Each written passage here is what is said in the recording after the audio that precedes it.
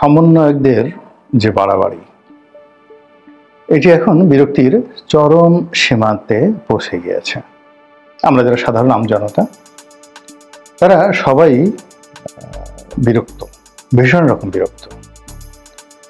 এদের বেশিরভাগ যারা সদস্য রয়েছেন তাদের কর্মকাণ্ড, তাদের বডি ল্যাঙ্গুয়েজ এবং সরকারে তাদের যে অন্তর্ভুক্তি, এই বিষয়গুলো নিয়ে আমাদের এই দেশে এমন সব ঘটনা ঘটছে মানুষের মন এবং মননে, যেটি আমরা কখনোই কোনো অবস্থাতে আমাদের এই সুদীর্ঘ রাজনৈতিক ইতিহাসে এই ঘটনা দেখিনি। এখানে সমন্বয়করা যারা ছাত্র, তারা শিক্ষকদেরকে নিয়োগ দিচ্ছেন, শিক্ষকদেরকে শপথ বাক্য পড়াচ্ছেন, তারা ডিসি এবং এসপি কারা হবেন সেই বিষয়ে সিদ্ধান্ত দিচ্ছেন। এরপর বড় বড় রাজনৈতিক নেতা, তারপর আমলা, সাবেক আমলা, তারা বলতে গেলে এদের কাছে অনেকটা মাহরুম হয়ে পড়ছেন, অসহায় হয়ে পড়ছেন। একটা উদাহরণ দেই, আমাকে একজন এডিশনাল সেক্রেটারি সাহেব ফোন দিলেন, যিনি গত 15 বছর ধরে ভীষণ রকম বঞ্চিত, অত্যন্ত মেধাবী এবং অত্যন্ত যোগ্য। তো তার প্রমোশন আটকে রাখতে পারেনি শেখ হাসিনার সরকার, কিন্তু তাকে সব সময়টাতে খারাপ একটা জায়গাতে পোস্টিং দিয়ে রেখেছে। তো এই সময়টিতে যেহেতু একটা পরিবর্তন এসেছে, তিনি বেশ কয়েকজন রাজনৈতিক নেতাদের সঙ্গে যোগাযোগ করলেন, বিএনপি পন্থী কয়েকজন সাবেক আমলা যারা অফিসার্স ক্লাবে খুবই শক্তিশালী, তাদের সঙ্গে যোগাযোগ করলেন এবং তারা খুব অসহায় ভঙ্গিতে বললেন যে আমরা তো কোনো সিদ্ধান্ত নিতে পারছি না, তুমি সমন্বয়কদের সঙ্গে যোগাযোগ করো। তো এই হলো বাস্তব অবস্থা। এরপরে অন্যান্য ক্ষেত্রে যেটা হচ্ছে, যেমন তাদেরকে একটা সময় জামাত খুব পছন্দ করত, তারপরে ভিপি নূর তিনিও খুব পছন্দ করতেন, অন্যান্য তরুণ যে সকল রাজনীতিবিদ ছিলেন তারাও তাদের পক্ষে কথা বলেছেন। আর আমি তো তাদের সমর্থনে আসলে সবসময়টাতেই দরাজদিল ছিলাম এবং গত 1 মাস যাবত আমি কোনো টেলিভিশন টক শোতে যাই না, বিভিন্ন কারণে শরীরটা ভালো যাচ্ছে না। তো আমি আমার যে ইউটিউব চ্যানেল, এখানে তাদেরকে নিয়ে একটি নেতিবাচক মন্তব্য কখনো করিনি। আর তারা যখন ছিলেন বলতে গেলে এই একেবারে নতুন তাদের যে বাসর বা মধুচন্দ্রিমা, ওই সময়টাতে আমি তাদেরকে বলেছিলাম যে তারা বাংলাদেশের রাজনীতিতে অনেকটা আবাবিল পাখির মতো তারা এসেছেন, কিন্তু সেই যে মানুষের সম্মান, ভালোবাসা, শ্রদ্ধা, এটি এখন রীতিমতো বুমেরাং হয়ে পড়েছে। ডক্টর ইউনূসের সঙ্গে যে 3 জন গিয়েছেন সমন্বয়ক রূপে আমেরিকাতে, সেখানে যে সকল কথা ডক্টর মোহাম্মদ ইউনূস বলেছেন এবং সেখানে এই 3 জন সমন্বয়কে কেন্দ্র করে সভা মঞ্চে, বিল ক্লিন্টনের সভা মঞ্চে যে অপ্রীতিকর ঘটনা ঘটেছে, এটা নিয়ে বাংলাদেশে খুব আলোচনা হচ্ছে। আবার সমন্বয়কদের মধ্যে একজনকে মাস্টার মাইন্ড বলায় অন্য যারা সমন্বয়ক রয়েছেন তাদের ভীষণ রকম যে সম্মানবোধ, সেখানে তারা আহত হয়েছেন।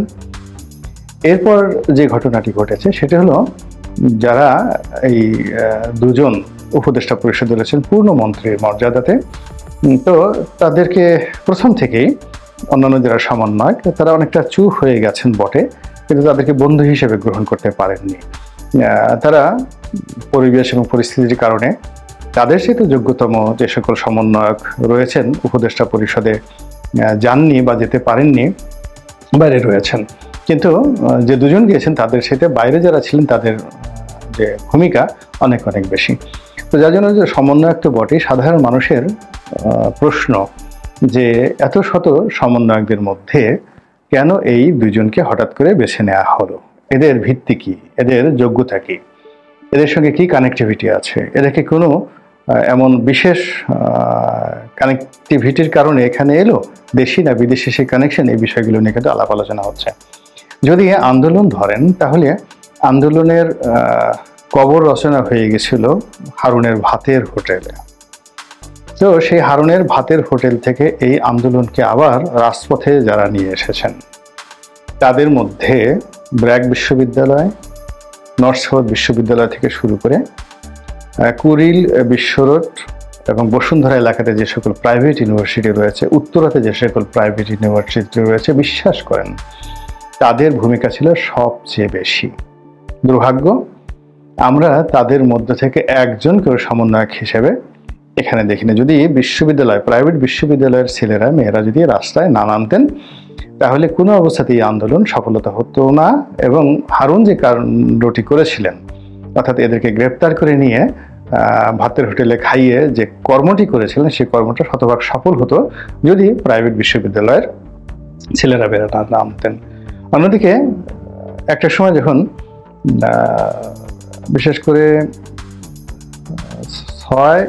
5 তারিখে, আগস্ট মাসের 5 তারিখে, আগস্ট মাসের 3 তারিখ থেকে, আগস্ট মাসের 3 তারিখ থেকে যেভাবে ইসলামী শাসনতন্ত্র আন্দোলন তারা যেভাবে মাঠে নেমেছেন এবং প্রথম থেকে যেভাবে তারেক রহমান সাহেব এইখানে সমর্থন দিয়েছেন, বিএনপি নেতাকর্মীদেরকে নির্দেশ দিয়েছেন, এটি আমি নিজে সাক্ষী যে বিএনপির অনেক লোক কিন্তু এই বিষয়ে যাকে বলা হয় তার সঙ্গে দ্বিমত পোষণ করেছে যে এরকম একটা আন্দোলন এখানে যদি বিএনপি সমর্থন দেয় তাহলে এটি পলিটিক্যাল কালার হয়ে যাবে এবং আন্দোলনের সফলতা আসবে না, এবং এই আন্দোলন তো আলটিমেটলি সরকার পতনের আন্দোলন না, এটা একটা কোটা বিরোধী আন্দোলন।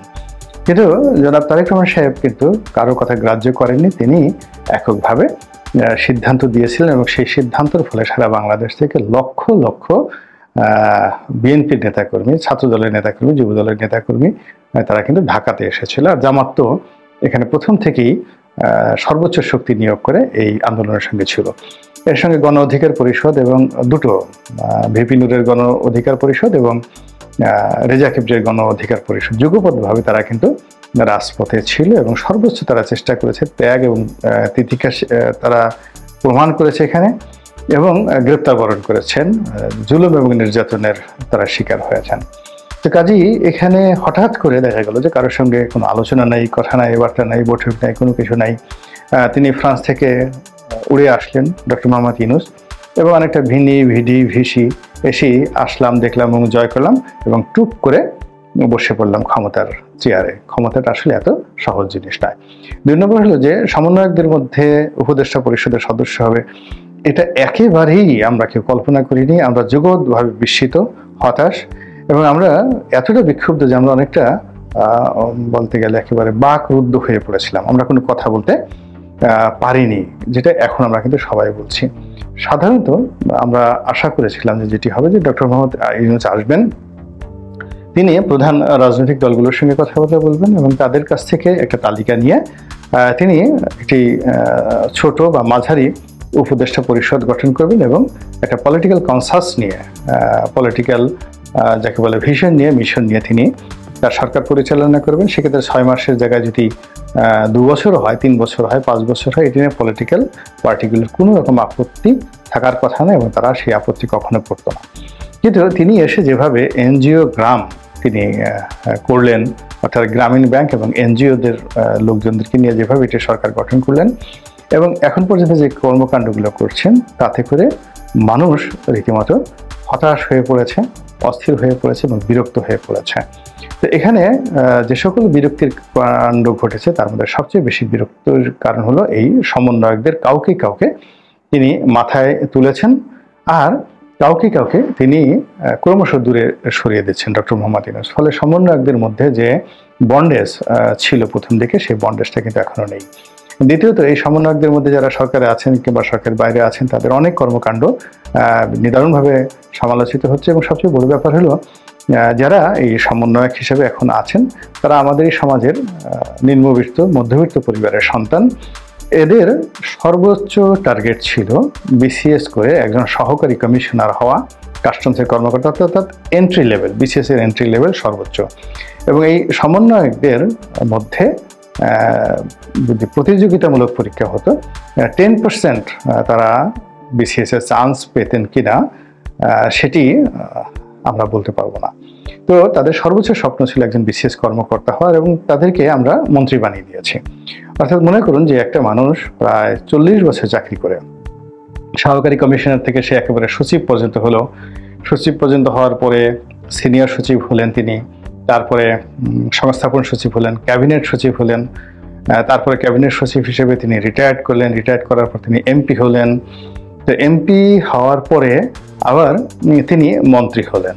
তো এইভাবে যদি বাংলাদেশের আমলাতন্ত্রের ইতিহাস দেখেন, তাহলে দেখবেন যে প্রতি 1000 জন আমলাদের মধ্যে একজনও কিন্তু মন্ত্রী এবং এমপি হতে পারেনি। স্বাধীনতার পর থেকে এইভাবে যত আমলা সচিব হয়েছেন, তাদের মধ্যে আপনি যদি দেখেন যে কয়জন সচিব এমপি হয়েছেন, আবার কয়জন এমপি মন্ত্রী হয়েছেন। সরি, যেখানে নূর মোহাম্মদ সাহেবের মতো মানুষ, তাকে দল মন্ত্রী বানায়নি। আর সেখানে একেবারে সমন্বয়করা রাতারাতি মানে আলাদিনের চেরাকের মতো মন্ত্রীর চেয়ারে গিয়ে বসছেন। এটা দৃষ্টিকটু এবং এটা অনেকের জন্য অবমাননাকর। বিকজ যদি 25 বছরটা বা 22 বছরের একজন জনপ্রতিনিধি হন এবং তিনি যদি জনগণের দ্বারা নির্বাচিত হন, মন্ত্রী হন, তিনি যদি মন্ত্রী হয়ে এমপি হয়ে মন্ত্রীর চেয়ারে বসেন, তাহলে আমলাতন্ত্র মেনে নেয়। কিন্তু এই যে যারা যুবক, তাদেরকে আপনি যখন চেয়ারে বসিয়েছেন, ওই মন্ত্রণালয়ের যত কর্মকর্তা রয়েছেন তারা